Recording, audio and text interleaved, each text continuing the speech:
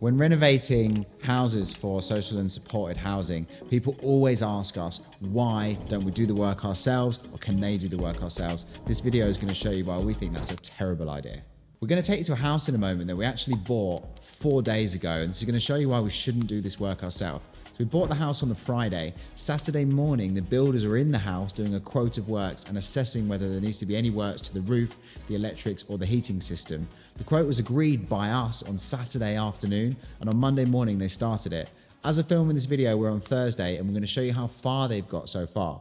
Just outside one of our properties in Durham, and I'm going to take you inside and show you what's been going on. There's been good progress so far. This is a really good reason as to why we don't do any of the work ourselves, because what's happened so far would take a long time. So we're just inside now. As you'll see here, there's a bathroom suite that's ready to go in upstairs. If you have a look around, you'll see where all the wires are chased in.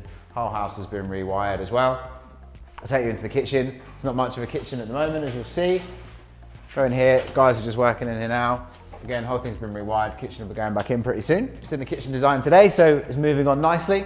So we're now upstairs, and again, much of the same. House has been rewired. There's a little bit of damp works to do from the flat roof that I'll show you in a second. This is a nice big front bedroom.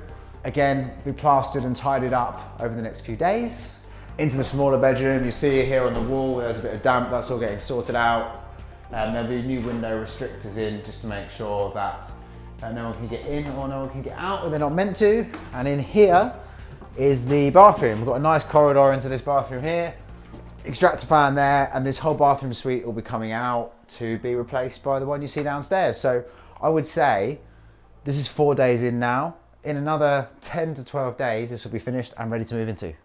Now, if we were doing that ourselves, it would take months. In this property, it's going to be started to finished within 3 weeks and be generating not only a positive investment return, but it's also going to be a house for someone to call home that they can start changing their life within, all in 3 weeks. One of the most important things, though, about not doing it yourself is making sure that everything is compliant. So, from the CP12s, the boiler, the electrics, the insulation, the EPCs, everything, by the time that the keys are handed over and the tenant moves in, everything is compliant, which more importantly for you as an investor means everything is legal, especially with all these new regulations coming in. With regards to the housing specification, that's really led by two things. One is national building standards, making sure that everything is compliant and regulated and to the best that it can be short term, but more importantly, the housing provider that we're working with, it's sometimes tailored for their particular needs. So it's led from them, but the absolute basics is obviously EPC